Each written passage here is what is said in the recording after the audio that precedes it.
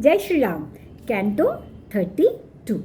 An account of the 4 sons of Kusha, the 100 daughters of Kushanabha, turn hunched back under a curse of the wind god. So this is what we are going to read about.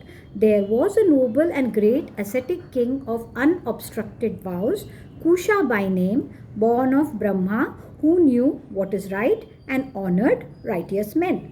Through his high-born and worthy wife, who hailed from Vidarbha, that exalted soul begot 4 exceptionally mighty sons, becoming of himself Kushanabha, Kushamba, Kushanabha, Ashurtarajasa, and Vasu, who were not only brilliant and possessed of great zeal, but were also extremely pious and veracious.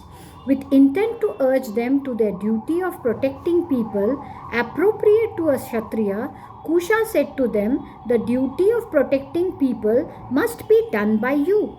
Thereby you will earn unbounded merit." Hearing the admonition of Kusa, all those 4 jewels among men who were the noblest in the world forthwith laid the foundation of 4 cities. Kushamba, who was possessed of exceptional glory, for his part founded the city of Koshambi, named after himself, while Kushanabha, whose mind was given to piety, built the city named Mahodaya, the modern Kannauj. Asur Tarajasa built a city, Dharmayanya by name, while the prince named Vasu built Giriv Raja, the modern Rajgir, and the foremost of all cities. This capital of that high-souled prince Vasu was also designated after him as Vasumati. These 5 great hills cast their splendor all round the city of Girivraj, justifying the appellation given to it. The beautiful and celebrated river Sona, which spreads its charm like a garland in the midst of these 5 prominent hills, flows from the west into the territory of Magad and is accordingly known as the Holy Magadhi. This celebrated river Magadhi, O Ram, which flows in an easterly direction, is lined with charming fields on both sides and is thus adorned with rows of crops, is connected with the same high-souled Vasu, O Ram. The royal sage Kushanabha, for his part, whose mind was given to righteousness, O scion of Raghu, begot 100 daughters, excelled by none through an Apsara or a celestial nymph named Gratachi. With their comeliness enhanced on their attaining maturity, they for their part would repair to the grounds of the royal garden, duly adorned with sandal paste and flowers, etc., and decked with excellent jewels and shining like flashes of lightning during the monsoon, and they experienced supreme delight while singing, dancing, and playing on their lutes. O scion of Raghu, lovely of every limb and peerless on earth in comeliness of form, they shone like stars in the midst of clouds on reaching the garden grounds. Seeing them all endowed with excellences and rich in beauty and youth, one day the wind god, who is bodily present everywhere, addressed the following words to them: "I wish to have you all as my own. You should therefore be my wedded wives. The thought that you are human beings should be given up. In this way, you will attain a long lease of life. Indeed, youth is ever fleeting, especially in human beings. If you accept me as your husband, you will attain undecaying, abiding youth and will become immortal."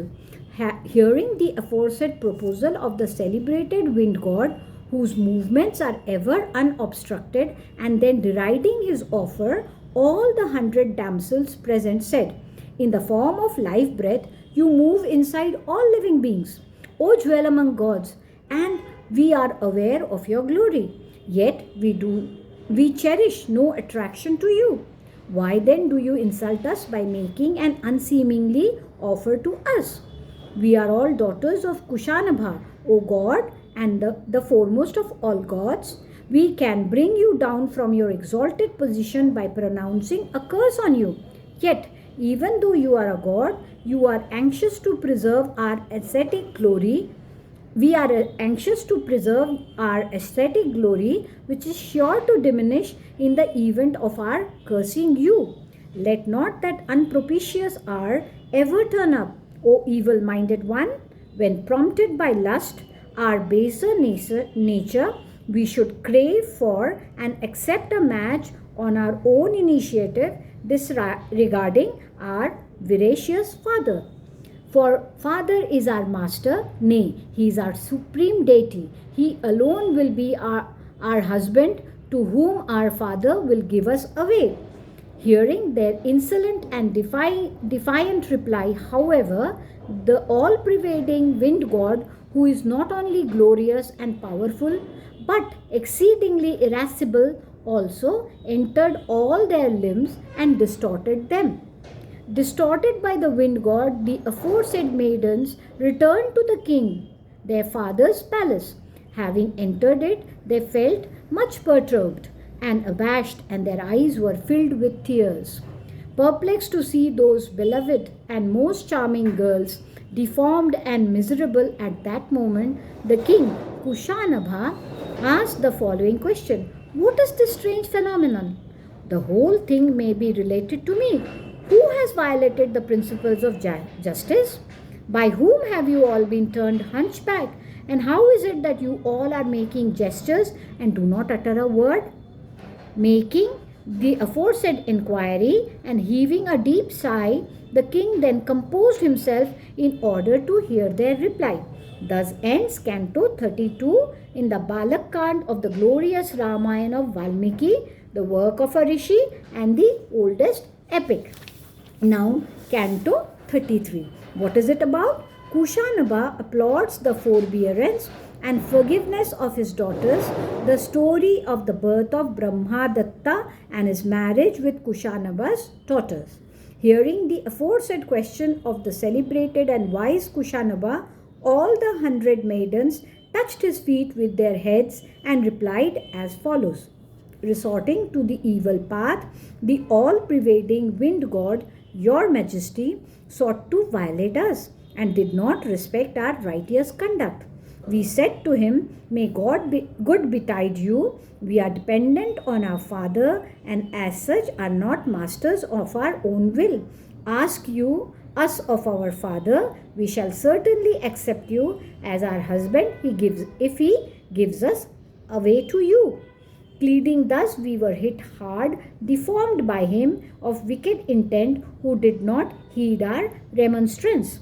The act of forbearance done by you, which can be done only by those given to forgiveness, my daughters, was extremely noble on your part. And the fact that the honor of my race was vindicated by you by resorting to unanimity on this point was also a unique achievement on your part. For forbearance is the ornament indeed of womanhood as well as of man, and such forbearance, particularly with reference to gods, as exists in you, all without distinction, O my daughters, is difficult to practice. Forbearance is really charity, forbearance is devotion of truth, and forbearance constitutes all sacrifices, my beloved daughters.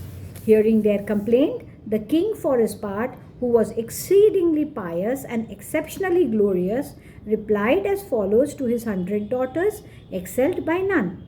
Forbearance is fame, forbearance is piety. Nay, the entire creation is established in forbearance, crystallized in the form of the earth. Having sent away the girls to the gynecium, O scion of Kakushta, the king Kushanabha, who possessed the prowess of gods and was adept in deliberation, discussed the question of their marriage with his counselors, since it was necessary to give them away to a worthy man at the proper place and time. At this very time, a brahmachari who has turned the flow of his genetic fluid upwards and never allowed it to escape, Kuli by name, who was exceptionally glorious and given to virtuous conduct, actually embarked upon a course of austerities in the form of meditation directed towards the realization of Brahma. At that very place, during the period of his ascesis, may good betide you, a Gandharva girl, Somada by name, daughter of Urmila, waited upon the Rishi in the hope of securing his goodwill while he was busy practicing austerities. Bending low before him and devoted to his service, that most pious girl waited upon him at the right time whenever her presence was needed by him. The venerable sage got pleased with her, and when the propitious hour came, the sage, O scion of Raghu, said to the girl, I am highly pleased with your innocent services. May all be well with you. What service can I do to you? Supremely delighted to know the sage, much gratified, the eloquent Gandharva girl spoke as follows in a sweet voice to the seer who was a master of speech. A great ascetic, illumined with Brahmic spiritual splendor, you have become one with the infinite.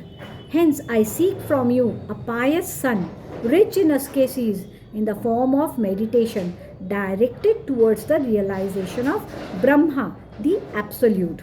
As for myself, I am unmarried, nor shall I be the wife of any. Therefore, let your grace descend on me. Be pleased to grant me a son by dint of your Brahmic spiritual glory, since I have sought refuge in you. Full of delight, the Brahman sage Kulina, a variant of Kuli, conferred on her a mind-born son, rich in ascesis in the form of meditation, directed towards the realization of Brahma, excelled by none and known by the name Brahmadatta. Invested with supreme royal splendor, the said Brahmadatta, for his part, lived at that time as king in the city of Kampilya, built by Kampila, as Indra, the ruler of God, does in paradise. The aforesaid Kushanabha, a pious king at that time, made up his mind, O scion of Kushtha, to give away all his 100 daughters to Brahmadatta. Calling the said Brahmadatta, the exceptionally glorious Kushanabha, the ruler of the earth, gave away with a most cheerful mind all the 100 girls to him. At the time of marriage, O scion of Raghu, King Brahmadatta, who shone like Indra, married them one after another by taking their hands in his in order of seniority. The moment their hands were touched by Brahmadatta in the course of the wedding, the girls got cured of their deformity and were rid of their agony. Invested with supreme splendor, all the 100 girls shone brightly at that time. King Kushanabha was highly pleased to see them freed from morbid affection of the windy humor in their body and experienced joy again and again. King Kushanabha then sent away King Brahmadatta, the delighter of his subjects, along with his wedded wives and the host of his family priest, as soon as he was actually married. Seeing the union of her son worthy of her, Somada, the Gandharva damsel, too joyfully greeted her son as well as her aforesaid daughter-in-laws, one after another in order of seniority, and embracing the said brides again and again, and applauding Kushanabha for his hospitality and rich dowry, she departed from there. Thus ends Canto 33 in the Balkand of the glorious Ramayan of Valmiki, the work of a Rishi and the oldest epic. So please watch the video, like the video, and please subscribe to my channel. Jai Shri Ram.